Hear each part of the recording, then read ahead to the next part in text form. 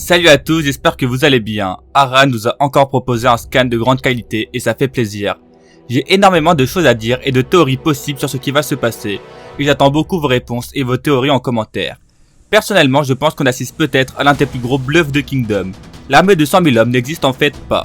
Et le but du plan est de réussir à capturer le roi de Han. J'ai pas mal de choses à dire et avant que la review commence, like et abonne-toi, c'est vraiment le meilleur moyen de me soutenir gratuitement. Merci beaucoup. Sur ce, commençons. Dès le début du scan, on voit l'unité Aishin en train de se diriger vers la ville de Nanyu. Et ça fait plaisir de le voir à la tête d'une si grande armée. 60 000 hommes, c'est vraiment colossal et on sent que même les commandants de l'unité commencent à se rendre compte des responsabilités qu'ils ont. Et j'espère vraiment qu'ils ne vont pas nous décevoir. On nous dévoile ensuite la stratégie de Kyukai qui consiste tout simplement à ne pas se battre. Chose qui paraît quasiment impossible, mais d'un autre côté, ça paraît être la meilleure solution pour ne pas perdre d'hommes afin de pouvoir envahir Zhao par la suite. Sa stratégie a l'air absurde et tout le monde dans la salle se moque d'elle, sauf évidemment le GOAT de cette table, et aussi le plus intelligent. Tout dit qu'il pensait comme elle et que ça sera un très bon plan. On a ensuite le point de vue du haut commandement de Han et j'ai beaucoup aimé comment ça a été fait. J'ai eu un peu les mêmes sensations que durant la coalition quand Qin comprend qu'ils sont en train de se faire attaquer de partout. Même si bien sûr ça reste moins bien niveau frisson. Ils apprennent que les portes sont bien fermées et que le général Haku attend comme prévu sur le mur de la ville et ne s'est pas chauffé à descendre pour se battre dans son domaine de prédilection. D'ailleurs j'aime beaucoup son chara-design. On dirait Mubu mélangé avec Shin avec beaucoup de flow. C'est un big W de mon côté. Puis Raku Hakan commence à expliquer qu'il aimerait fortement éviter que des ennemis se retrouvent à ses murs. Mais étant donné que Han ne possède pas la puissance nécessaire pour arrêter Qin partout, il ne faut pas gaspiller ses forces à défendre certaines régions et certains bastions. Et par conséquent, il faut les abandonner et se concentrer essentiellement sur les points les plus importants de l'état. Ce qui veut dire qu'ils sont tous prêts à perdre beaucoup d'habitants de l'état. Excepté la princesse de l'état qui a l'air de se soucier de son peuple et ne veut pas renoncer à la vie d'autant d'hommes comme ça. Je sens qu'elle va voir son importance durant la bataille, ou au moins après que l'état soit tombé. Ils apprennent ensuite qu'une nouvelle armée de Qin est apparue derrière celle de Shin. Ils prennent aussi le chemin de Nanyu, et c'est celle du grand général Tu avec 100 000 hommes à ses côtés. Une armée colossale de 160 000 hommes est alors en train de se diriger vers la ville de Nanyu. Tout le monde se rend alors compte à Han que la ville de Nanyu va finir par tomber si on n'envoie pas des renforts rapidement. Le lieutenant de Raku Hakan dit justement qu'ils ont le temps d'arriver à temps, s'ils partent maintenant, et que la raison de leur état est qu'ils ne sont pas assez bien formés, car quand on crée soudainement une grande nouvelle armée comme ça, sa vraie puissance est bien inférieure à ce qu'indiquent les chiffres. Mais bon, là je pense qu'ils sous-estiment fortement l'armée de Qin, étant donné que même s'il y a plein de nouveaux soldats, le cœur des armées est vraiment très puissante, que ce soit la Aishin ou l'unité de Tu. Surtout qu'elle se permet de dire qu'ils sont faibles car ils sont lents, mais je pense justement que tout ça fait partie du plan de Kyukai et qu'ils vont se faire avoir à cause de ça. Puis là, on a le chancelier de l'état de Han qui se met en avant. Le chancelier Shu. C'est un stratège célèbre qui sert de chef des affaires militaires de Han depuis très longtemps. Il a alors vraiment une longue expérience et on peut voir qu'il comprend très bien la guerre.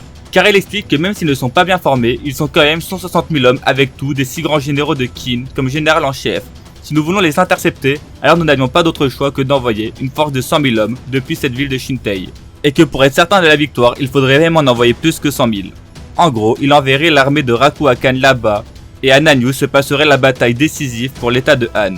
Car si elle tombe et qu'il y avait tous les généraux puissants de Han là-bas, Shintei tombera rapidement après. Mais une chose est sûre, il faut agir rapidement car ils n'ont pas beaucoup de temps. Il explique alors qu'il y a 3 options qui s'offrent à eux. Le premier est d'avoir le général Raku Hakan menant l'intégralité de l'armée de Shintei et de le faire affronter l'armée de Tu. Le second est d'attendre et d'observer la bataille de Nanyu. Cette option signifierait que les forces de Nanyu feraient de leur mieux pour éliminer le plus d'hommes de Tu possible. Cependant, l'inconvénient est que nous perdions sûrement Nanyu ainsi que notre deuxième général, Haku Koku. Et la troisième option est d'envoyer l'ordre de retrait immédiat des forces de Nanyu vers Shintei, ce qui veut dire qu'énormément de civils vont mourir. Raku Hakan donna alors son avis sur les plans. Il dit que ça serait trop risqué d'envoyer l'intégralité des forces de Shintei vers Nanyu, car s'ils perdent la bataille, ça serait la fin de l'état de Han.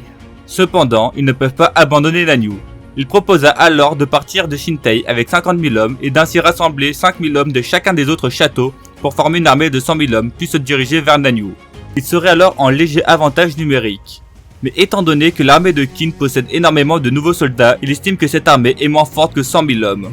La victoire serait alors quasi assurée. Mais le chancelier lui n'est pas d'accord avec cette idée, car il pourrait très bien perdre Raku Hakan là-bas. Il ne doit pas y avoir de demi-mesure. Si nous devons partir, alors nous devons le faire avec toutes nos forces. De plus, votre plan est trop précipité. Étant donné qu'il ne savait pas quoi faire, il demanda alors au roi de Han de trancher. Mais ce dernier ne répondit pas de suite, et c'est à ce moment-là qu'il reçut un rapport urgent. une autre armée est apparue derrière l'armée de tout. Une énorme armée de 100 000 hommes est apparue, elle approche actuellement du chemin vers Nanyue. Et là, on peut se rendre compte qu'absolument tout le monde à Han est choqué de tout ça. Mais pour moi, cette armée n'est que du bluff. Sa seule raison est de mettre un énorme coup de pression à l'état de Han, qui les forcerait à faire un certain mouvement que Kyukai veut, pour qu'elle puisse mettre parfaitement son plan à exécution. Beaucoup me diront alors quelle est cette armée, à qui appartient-elle, etc. Il y a plusieurs solutions d'après moi. Soit ça serait l'armée de Mubu, qui est là uniquement pour mettre un coup de pression, et dès que l'armée de Han aura fait le mouvement que Kyukai veut, ils repartiront alors en retrait, vers la frontière de Shu. Mais bon, ça me paraît peu probable étant donné qu'ils ne vont pas abandonner la frontière de Shu, même si ça reste durant un court laps de temps. La deuxième possibilité serait alors que ce soit des paysans ou des mercenaires qui ont été enrôlés juste pour mettre le coup de pression. Ou alors ça pourrait très bien être une stratégie de Kyukai, qui arriverait à fausser les informations avec certaines stratégies. Bon, j'ai pas énormément d'idées de comment on pourrait fake 100 000 soldats, mais peut-être qu'avec des mannequins, peut-être le fait que certains soldats marchent doucement, afin que les soldats puissent faire des allers-retours et être comptés 2 fois. Bon, ça me paraît peut-être tiré un peu par les cheveux, mais franchement, c'est pas déconnant. Si vous avez des idées en commentaire d'où provient cette armée, je suis preneur. Et au passage, dites-moi si selon vous, c'est une réelle armée qui va se battre contre Han, et on aura alors donc 260 000 hommes contre l'état de Han, ou si alors ça n'est que du bluff. Mais étant donné le plan de Kyukai qui consisterait à ne pas se battre, je pense vraiment que cette armée n'existe pas et qu'elle a pour seul but de mettre un coup de pression. Bon, maintenant on peut se demander concrètement à quoi ça servirait de mettre un gros coup de pression à l'état de Han. Pour moi, il y a 2 solutions possibles. Soit la première serait que Rakuakan ainsi que toutes les forces de Shintei se rendent à la ville de Nanyue et qu'il y a alors une énorme bataille là-bas. La bataille la plus importante pour l'état de Han, qui enverrait sans doute une armée colossale de 300 000 hommes, ou quelque chose du genre. Mais s'ils font ça, il n'y aura alors plus personne pour défendre la capitale de Shintei. C'est peut-être là qu'est la clé du plan de Kyukai. Gagner sans se battre. Car si on part du principe que l'armée de 100 000 hommes est fake, Kin posséderait alors 160 000 hommes et se retrouverait contre 300 000 hommes. Même si j'ai une énorme confiance envers les capacités de Kin, ça va être très compliqué de gagner une bataille comme ça. Mais leur but sera alors peut-être de juste gagner du temps. Car comme je l'ai dit, s'il y a une grosse bataille là-bas, ça veut dire qu'il n'y aura quasiment plus personne à Shintei. Ce qui veut dire que le roi sera sans doute sans défense, ou en tout cas très peu. Des assassins seront peut-être envoyés pour lui prendre la vie ou le prendre en otage.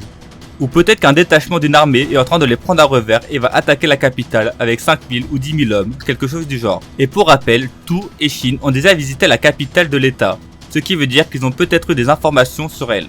Ce qui faciliterait largement la vie aux assassins pour pouvoir se repérer dans la capitale et pouvoir assassiner le roi ou le prendre en otage. Cette stratégie est vraiment très risquée quand on y pense, mais elle serait vraiment efficace si elle réussit.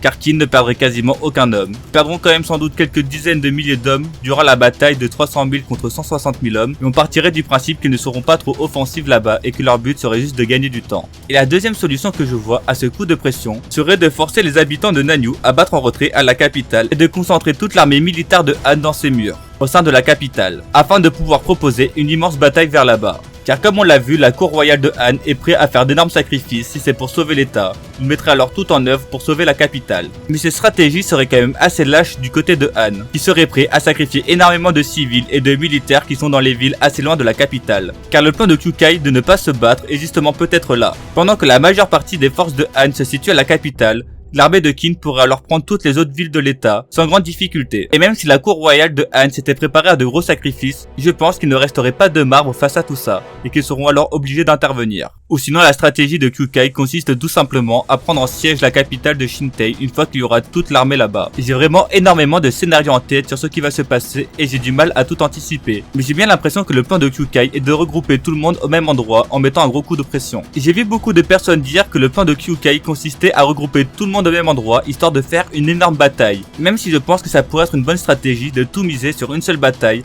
je ne vois pas où serait la cohérence avec le plan de Kyukai qui consiste justement à ne pas se battre. Et plus je réfléchis à son plan et à ses paroles et je commence à avoir de plus en plus peur d'une chose.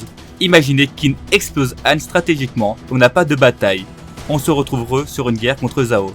Je serais un peu déçu quand même, car j'ai vraiment envie de voir Han se battre et voir tout briller. J'aimerais vraiment une guerre qui dure quelques tomes, mais j'ai bien peur que l'hypothèse de prendre l'état sans même se battre s'avère vraie. Et si c'est le cas, ça serait incroyable pour l'état de Kin, et on aurait par la suite une énorme bataille contre Zhao, mais je serais quand même déçu au fond de moi de ne pas avoir vu se battre Kin contre Han, et on se retrouverait de nouveau avec Kin contre Zhao. Et là franchement ça va être un peu chiant. Même si bon, en fonction de comment c'est fait, ça peut être incroyable et j'ai vraiment hâte de voir ce qui va se passer. Et j'ai quand même du mal à voir l'état de Han tomber sans même se battre, même si c'est possible. J'espère qu'on aura le droit à une grosse bataille au moins. Dites-moi en commentaire ce que vous en pensez. Est-ce que pour vous il y aura une bataille, plusieurs batailles, ou bien que le plan de Kukai, gagner sans se battre, va être pris au sens littéral, et on n'aurait alors aucun affrontement, et juste une énorme supériorité de Kin sur le plan stratégique et aussi en information.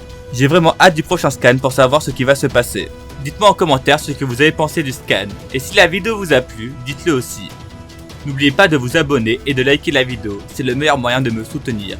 Sur ce, bonne journée et vive Kingdom.